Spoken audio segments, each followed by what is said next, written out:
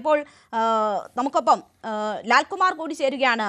ലാൽകുമാർ, ലക്ഷ്യ camp കഴിയുമ്പോൾ കോൺഗ്രസിൽ വലിയ രീതിയിലുള്ളൊരു ഐക്യം രൂപപ്പെട്ടു എന്നതായിരുന്നു പൊതുവെ കിട്ടിയ ഒരു സന്ദേശം. എന്നാൽ ഇപ്പോൾ തരൂർ വലിയ അതൃപ്തിയിലാണ് എന്ന് വരുന്നു. കോൺഗ്രസിനുള്ളിൽ എന്തെങ്കിലുമൊക്കെ സംഭവിക്കും, കോൺഗ്രസിന്റെ ഈ സാധ്യതകളെ തന്നെ ബാധിച്ചേക്കാവുന്ന തരത്തിലൊരു ബ്ലാസ്റ്റ് ഉണ്ടാകാനുള്ള സാധ്യതയൊക്കെ പറഞ്ഞു കേൾക്കുന്നുണ്ട്. ഇടത് സഹയാത്രികൻ എന്ന നിലയിൽ താങ്കൾ എങ്ങനെയാണ് കോൺഗ്രസിൽ പരുവപ്പെടുന്ന ഈ സാഹചര്യങ്ങളെ നോക്കിക്കാണുന്നത്? അല്ല, ശശി തരൂരുമായി ബന്ധപ്പെട്ട വിഷയങ്ങളിൽ ഇത് പറയുമ്പോൾ രണ്ട് തലങ്ങളുണ്ട്. നോക്കൂ, അദ്ദേഹം ആദ്യം തന്നെ പല ഘട്ടത്തിലും BJP അനുകൂലമായ നയങ്ങൾ തുടർന്ന് നമ്മൾ കാണുന്നതാണ്. അത് ഒരു ഇടതുപക്ഷ സഹയാത്രികൻ എന്നുള്ള നിലയിൽ, ഇടതുപക്ഷ രാഷ്ട്രീയം ഉയർത്തിപ്പിടിക്കുന്ന ഒരാള് എന്നുള്ള നിലയിൽ ഒരു കാരണവശാലും ഒരു കോൺഗ്രസുകാരൻ BJP അനുഭാവപൂർവമായ സ്റ്റേറ്റ്മെന്റുകൾ പറയുന്നതിനോട് ഒരിക്കലും അംഗീകരിക്കാൻ എനിക്ക് പറ്റില്ല. അതുകൊണ്ട് തന്നെ ആ വിഷയങ്ങളിലെല്ലാം ശശി തരൂരിനെ തള്ളി പറഞ്ഞേ മതിയാവും. നോക്കൂ, ഓപ്പറേഷൻ സിന്ദൂറുമായി ബന്ധപ്പെട്ട് അദ്ദേഹം ഒരു കോമൺ നിലപാടെടുത്തു, അല്ലെങ്കിൽ രാഷ്ട്രത്തിന്റെ ഗവൺമെന്റിന്റെ നിലപാടിന് അനുകൂലമായി നിന്നു. നമ്മളെല്ലാവരും ഗവൺമെന്റിന് അനുകൂലമായ നിലപാട് തന്നെയാണ് നിന്നത്. ശശി തരൂർ ഇച്ചിരുടെ വോക്കലായി എന്ന് മാത്രമേ ഉള്ളൂ. നമ്മൾ ഇവിടെ പറയുന്നത് ശശി തരൂർ ഒരു ഇന്റർനാഷണൽ ഫിഗർ ആയതുകൊണ്ട് അദ്ദേഹത്തിന് കൂടുതൽ ആൾക്കാർ കേൾക്കുന്നു. ഞാൻ പറഞ്ഞതും ഷാബു പ്രസാദ് പറഞ്ഞതും അതിൽ നിന്ന് വ്യത്യസ്തമായി ഒന്നും ശശി തരൂർ പറഞ്ഞിട്ടില്ല. നമ്മളെല്ലാം നമ്മുടെ ശബ്ദം ചെറുതാണെങ്കിൽ അല്ലെങ്കിൽ കേൾക്കുന്ന ആൾക്കാരുടെ എണ്ണം കുറവാണെങ്കിലും നമ്മൾ പറഞ്ഞേക്കുന്ന ഒരേ കാര്യങ്ങളാണ് ഓപ്പറേഷൻ സിന്ദൂറുമായി ബന്ധപ്പെട്ട കാര്യങ്ങൾ. കാര്യം എന്താണ്? അത് ഓപ്പറേഷൻ സിന്ദൂർ ഈ രാജ്യത്തിന്റെ ഒരു ആവശ്യമായിരുന്നു, അതിനനുസരിച്ച് രാജ്യം പ്രതികരിച്ചതാണ്. നമുക്കത് അവിടെ നിർത്താം. അവിടെയല്ല പ്രശ്നം. ഓപ്പറേഷൻ സിന്ദൂർ കഴിഞ്ഞ ശേഷം ഒരു കൂളിംഗ് പീരീഡ് നമ്മൾ കൊടുത്താൽ അതിനുശേഷം എങ്ങനെ പെഹൽഗാമിൽ അറ്റാക്ക് ഉണ്ടായി, അവിടെ അറ്റാക്ക് ഉണ്ടായതുമായി ബന്ധപ്പെട്ട് ഇന്റലിജൻസ് വീഴ്ച ഉണ്ടായോ, സെക്യൂരിറ്റി ഫെയിലിയർ ഉണ്ടായോ എന്ന് ചോദിക്കേണ്ടത് ഒരു പ്രതിപക്ഷത്തിരിക്കുന്ന ഒരു MP എന്ന നിലയിൽ. അത് മാത്രമല്ല, അദ്ദേഹം ഒരു ഡിപ്ലോമാറ്റ് ആയിരുന്നു. അദ്ദേഹം ഐക്യരാഷ്ട്രസഭയിൽ അണ്ടർ സെക്രട്ടറി ജനറൽ ആയിട്ടിരുന്ന ആളാണ്. അങ്ങനെയുള്ള ഒരാള് ഈ പറയുന്ന ഭരണപക്ഷത്തിനെതിരെ ഈ വിഷയം, ഇപ്പോൾ പാകിസ്ഥാനിൽ നിന്ന് നമ്മളോട് കാണിച്ച വൃത്തികേടിനുള്ള പ്രതികരണത്തിന് നമ്മൾ ഒരുമിച്ച് നിൽക്കുമ്പോഴും നമ്മുടെ ഭാഗത്ത് ന്യൂനതകൾ സംഭവിച്ചിട്ടുണ്ടോ എന്നുള്ള ചോദ്യം ഉയർത്താൻ ഇവിടുത്തെ പ്രതിപക്ഷ കക്ഷിക്ക് ബാധ്യതയുണ്ട്. ആ ബാധ്യത അദ്ദേഹം നിറവേറ്റിയതായി കാണുന്നില്ല എന്നാണ് അദ്ദേഹം പറയുന്നത്. എന്താ, ഞാൻ എന്റെ രാജ്യത്തോടൊപ്പം നിന്നു. അപ്പൊ അടുത്ത ചോദ്യം, ആരാണ് ഈ രാജ്യത്തോടൊപ്പം, രാജ്യത്തിന്റെ സർക്കാരിനോടൊപ്പം നിൽക്കാഞ്ഞത്? അടുത്ത് കഴിഞ്ഞൊരു ചോദ്യം, അത് ചോദിക്കേണ്ടത് പ്രതിപക്ഷത്തിന്റെ ആവശ്യമാണ്, ഈ രാജ്യത്തിന്റെ ആവശ്യമാണ്, ജനാധിപത്യത്തിന്റെ ആവശ്യമാണ്. സെക്യൂരിറ്റി ലാപ്സ് ഉണ്ടായിട്ടുണ്ടോ എന്നുള്ളത് അറിയണ്ടേ നമ്മുടെ സർക്കാർ? ഇന്നലെയും അദ്ദേഹം അതിന് മറുപടി നൽകിയിട്ടുണ്ട്. ഇന്ത്യ മരിച്ചാൽ ആര് ജീവിക്കും എന്ന നെഹ്റുവിന്റെ ചോദ്യം ഉന്നയിച്ചുകൊണ്ടാണ് അദ്ദേഹം അതിന് മറുപടി പറയുന്നത്. രാജ്യ താല്പര്യത്തിനൊപ്പം നിൽക്കുക എന്നതായിരുന്നു ആ സമയത്ത് ചെയ്യേണ്ടിയിരുന്നത്. അതാണ് താൻ ചെയ്തത്. അതിൽ മാത്രം റിഗ്രറ്റ്സ് ഇല്ല, തിരുത്തില്ല. എന്താ, അതല്ലല്ലോ രേണു, ഞാൻ പറയുന്നത് അതല്ലല്ലോ. ഇന്ത്യ മരിച്ചാൽ നമ്മൾ ശശി തരൂർ മാത്രമാണോ ഇല്ലാത്തത്? നമ്മളും ഇല്ലല്ലോ. ഉണ്ടോ?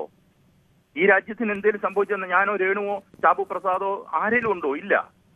പക്ഷെ അത് കഴിഞ്ഞൊരു കൂളിംഗ് പീരീഡ് കഴിഞ്ഞ ശേഷം നമുക്ക് ലാപ്സ് ഉണ്ടായിട്ടുണ്ടോ എന്നുള്ള ചോദ്യം ചോദിക്കാൻ നമ്മൾ പ്രതിജ്ഞാബദ്ധരാണ്. ആ ചോദ്യം പ്രതിപക്ഷം ചോദിക്കേണ്ടതാണ്. ഇവിടുത്തെ CPM ചോദിച്ചു, കോൺഗ്രസ് ചോദിച്ചു, അങ്ങനെയുള്ള ആൾക്കാർ ചോദിച്ചു. അതിൽ ശശി തരൂർ എന്തുകൊണ്ടില്ല എന്ന് ചോദിച്ചാൽ അദ്ദേഹത്തിന് അധിക വിധേയത്വം BJPയുമായി ഉണ്ട് എന്ന് നമുക്ക് തോന്നുന്നു. അത് ഈ പറയുന്ന, നോക്കൂ, പെഹൽഗാമും അല്ലെങ്കിൽ ഓപ്പറേഷൻ സിന്ദൂറുമായി ബന്ധപ്പെട്ട് മാത്രം ഉരുത്തിരിഞ്ഞു വന്നൊരു വിഷയമല്ല. അതിനു മുമ്പ് പല ഘട്ടങ്ങളിലും നമ്മൾ തന്നെ എത്രയോ ചർച്ച നടത്തിയിട്ടുണ്ട്. ശശി തരൂർ BJP അനുഭാവ നയം എടുക്കുന്നത്, അങ്ങനെ അനുഭാവപൂർവമായ നയം എടുക്കുന്നതിനെ നമ്മൾ വിമർശിച്ചിട്ടുണ്ട്. അതവിടെ നിൽക്കട്ടെ. അത് ആ BJPയും അല്ലെങ്കിൽ ഈ പറയുന്ന നാഷണൽ പൊളിറ്റിക്സിന്റെ ഒരു കാരാപ്പേസിൽ നിന്ന് ഞാൻ പറഞ്ഞു എന്നുള്ളതാണ്. അടുത്ത വിഷയം ഇതുമായി ബന്ധപ്പെട്ട് ചേർന്ന് നിൽക്കുന്നത്, ഈ രീതിയിലും ഇപ്പൊ BJPക്ക് അനുകൂലമായ ഈ പെഹൽഗാം വിഷയം കഴിഞ്ഞ് എത്രയോ വിഷയത്തിൽ അദ്ദേഹം പ്രതികരിച്ചു. അപ്പോഴും അദ്ദേഹം കോൺഗ്രസ് വർക്കിംഗ് കമ്മിറ്റി തന്നെ ഇരിക്കുന്നു. ഷാബു പ്രസാദ് പറഞ്ഞ ആ വിഷയത്തോട് ഞാൻ പൂർണ്ണമായി യോജിക്കുകയാണ്. അദ്ദേഹം അവസാനം പറഞ്ഞ കാര്യം ഞാൻ കേട്ടു. അദ്ദേഹം പറഞ്ഞ എന്താണ്, വളരെ പ്രസക്തമായ കാര്യമാണത്. നിങ്ങൾക്ക് താല്പര്യമില്ലാത്ത ഒരു കാര്യമാണ് ശശി തരൂർ പറഞ്ഞുകൊണ്ടേയിരിക്കുന്നതെന്ന് വളരെ വ്യക്തമാണ്. ആ വ്യക്തമായി ഇരിക്കുമ്പോൾ തന്നെ നിങ്ങൾക്ക് അദ്ദേഹത്തെ കോൺഗ്രസിൽ നിന്ന് പുറത്താക്കാൻ ബുദ്ധിമുട്ടുണ്ടാവും. ആ ബുദ്ധിമുട്ട് അവിടെ തന്നെ നിൽക്കട്ടെ. നിങ്ങൾക്ക് അദ്ദേഹത്തെ കോൺഗ്രസിന്റെ വർക്കിംഗ് കമ്മിറ്റിയിൽ നിന്ന് പുറത്താക്കരുതോ?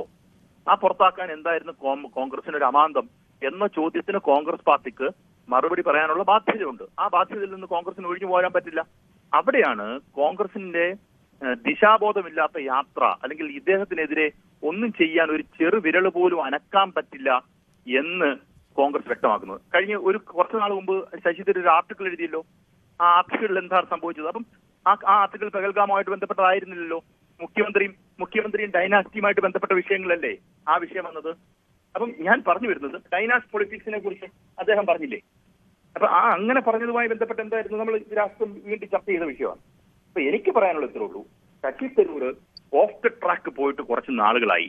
ശശി തരൂരിന്റെ ഭാഗത്തും തെറ്റുണ്ട്. ആ തെറ്റിനെ അഡ്രസ് ചെയ്യുന്നതിൽ കോൺഗ്രസ് വലിയ വീഴ്ച സംഭവിച്ചിരിക്കുന്നു. ഏത് പൊളിറ്റിക്കൽ അതൊരു വീഴ്ചയാണോ എന്ന കാര്യത്തിൽ എനിക്ക് സംശയമുണ്ട്. നമ്മൾ തന്നെ കേട്ടിട്ടില്ലേ, silence is the most powerful weapon എന്നാണ് പറയാറ്. അതായത് അതുപോലെ ഇതിപ്പോൾ ഏതെങ്കിലും തരത്തിലുള്ള പ്രതികരണം ആഗ്രഹിക്കുന്നവർക്ക് കൊടുക്കാൻ പറ്റുന്ന ഏറ്റവും വലിയ ശിക്ഷയാണ് ആ സൈലൻസ് എന്നാണ് ഞാൻ മനസ്സിലാക്കുന്നത്. എനിക്ക് ഒറ്റ കാര്യങ്ങൾ പറഞ്ഞ് ഞാൻ അവസാനിപ്പിക്കാം. ഞാനും ഇറങ്ങാനുള്ള ഇതുണ്ട്. അതിനകത്ത് ഇത്രേ ഉള്ളൂ കാര്യം. നിങ്ങൾക്ക് വീണ്ടും ഇത് വിശദീകരിക്കേണ്ട വരുന്നുണ്ട്. സൈലൻസ് അല്ല നിങ്ങൾക്ക് പ്രശ്നം. നോക്കൂ, നിങ്ങൾക്ക് ഇതേ ചോദ്യം ശശി തരൂരുമായി ബന്ധപ്പെട്ട വിഷയത്തിൽ പൂർണ്ണമായി മ്യൂട്ടായി പോവുകയല്ല ചെയ്യുന്നത്. ഈ കേരളത്തിൽ ചർച്ച നടക്കുന്നുണ്ട്. അത് വിശദീകരിക്കാൻ കോൺഗ്രസുകാർക്ക് വരേണ്ട വരുന്നുണ്ട്. അവിടെ ഒരു ബാക്ക് ഫുട്ടിലാകുന്നുണ്ട്. അപ്പം നിങ്ങൾ പറഞ്ഞ പോലെ മിണ്ടാതിരിക്കുന്ന ഒരു അവസ്ഥയിലേക്കാണെങ്കിൽ അത് കൊള്ളാം. പക്ഷെ അങ്ങനല്ല കേരളത്തിൽ നടക്കുന്നത്, രാജ്യത്ത് നടക്കുന്നത്. അത് നാഷണൽ മീഡിയ ഉൾപ്പെടെയുള്ള ആൾക്കാർ എടുത്തു വെച്ച് കോൺഗ്രസിനെതിരെയും അല്ലെങ്കിൽ ഈ പറയുന്ന ഇന്ത്യ മുന്നണിക്കെതിരെ വരെ വലിയൊരു ആയുധമാക്കുന്നുണ്ട്. അതിനെ കാണാതിരിക്കാൻ പറ്റില്ല. അങ്ങനെ തന്നെ എടുക്കേണ്ടതായിട്ടുണ്ട്. ശരി, കൂടുതൽ വാർത്തകൾക്ക് news 18 Keralam YouTube channel subscribe ചെയ്യുക.